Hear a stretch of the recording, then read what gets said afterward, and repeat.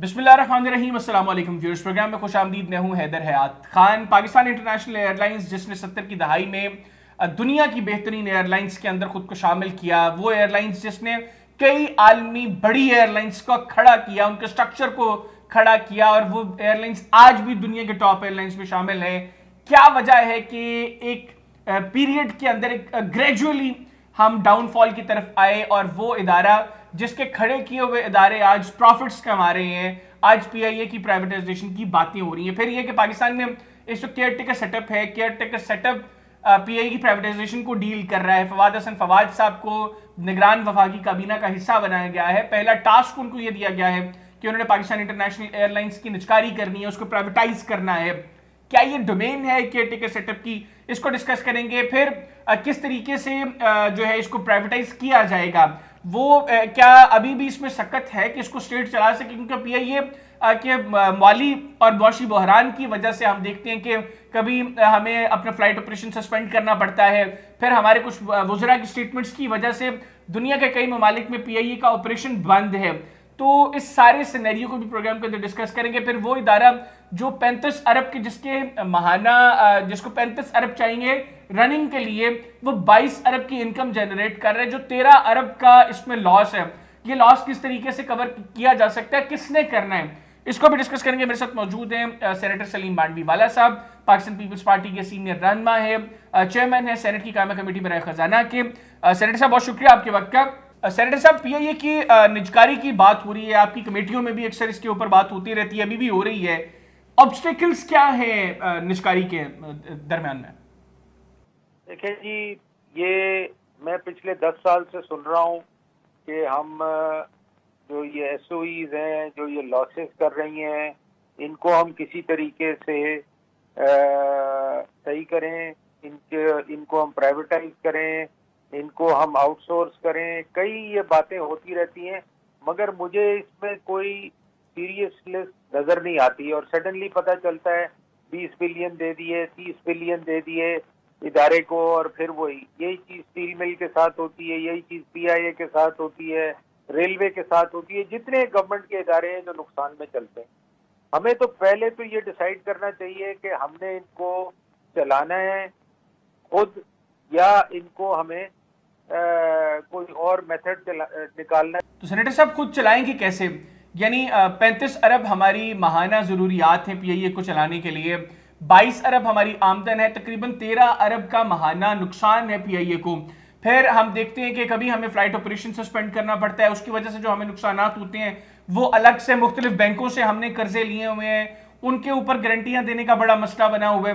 तो किस तरीके से एक ऐसे इदारे को हम खुद चलाएंगे जो ऑलरेडी तकरीबन माहाना 13 अरब के घाटे में है? मैं आपको यही बता रहा हूँ ना, या तो आप डिसाइड कर लें कि इनको खुद चलाना है और इसको सीरियसली इनके बारे में कुछ करें। ये जो आधा तीतर और आधा बटेर है ना, कि जी इसको प्राइवेटाइजेशन लिस्ट में भी डाला हुआ है और इसको चला भी रहे हैं, तो ये इसीलिए मतलब it has to be decided कि भाई इनके साथ क्या करना है, और उसके ऊपर फिर आप सीरियसली काम करें। लेकिन अभी तो फवाद हसन फवाद साहब को अपॉइंट किया गया है, मिनिस्टर अपॉइंट किया गया है केयर टेकर फेडरल गवर्नमेंट के अंदर, और उनको पहला टास्क ये दिया गया है कि उन्होंने पाकिस्तान इंटरनेशनल एयरलाइंस को प्राइवेटाइज करना है। देखें, मैं यही कहना चाह रहा हूं आपको कि केयर टेकर गवर्नमेंट कैसे कोई चीज प्राइवेटाइज करेगी, मुझे नंबर 1 ये बता दें आप। देखें, ये चीजें एक इलेक्टेड गवर्नमेंट का काम है करना, अगर आप करना चाहते हैं।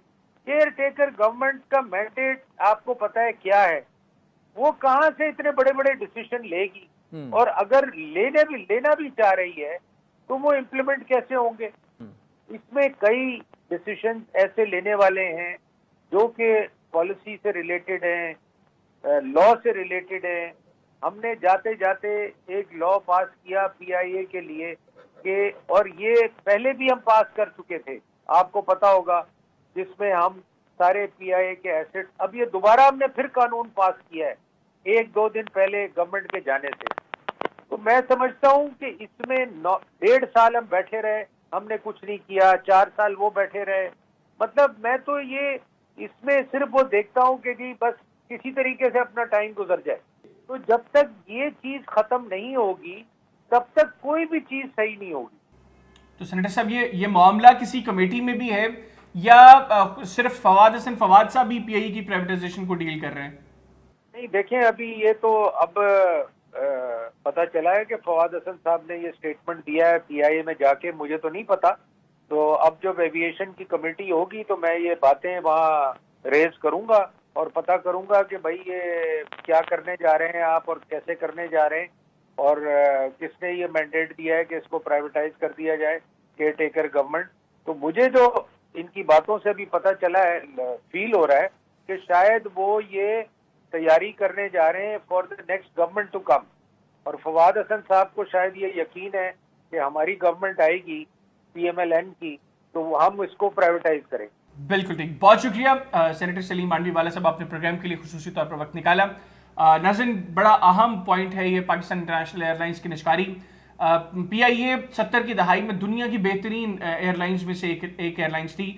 یہ وہ ایئر لائنس ہے جس نے ایمریٹس جیسی بڑی ایئر لائنس کو کھڑا کیا, لیکن پھر جیسے جیسے یہاں پر سیاسی بھرتیاں کی گئیں, میرٹ سے ہٹ کر اپوائنٹمنٹس یہاں پر کی گئیں, یونینز نے پھر کام خراب کیا. اب عالم یہ ہے کہ یہ اسٹیٹ آن وہ آرگنائزیشن جس کو پروفٹ میں ہونا چاہیے تھا, جس کے کھڑے کی گئے آرگنائزیشن آج پروفٹ کے اندر ہیں, وہ آرگنائزیشن اب نجکاری کے حوالے سے اس کی باتیں ہو رہی ہیں. وہ آرگنائزیشن جو ملک کو نفع کما کر دے سکتی تھی, وہ آرگنائزیشن آج پرائیویٹائز ہونے جا رہی ہے. یہ اور پھر کیئر ٹیکر سیٹ اپ اس کو دیکھ رہی ہے. یہ بھی ایک بڑا اہم پوائنٹ ہے کہ کیا یہ ڈومین میں ہے کیئر ٹیکر سیٹ اپ کی کہ وہ اتنا بڑا فیصلہ کرے کہ ایک اسٹیٹ کے ایسٹ کو پرائیویٹائز کرے. پروگرام میں سینیٹر سلیم مانڈوی والا صاحب کی گفتگو آپ نے سنی. آج کے پروگرام سے مجھے اجازت دیجیے. اللہ حافظ. پاکستان زندہ باد.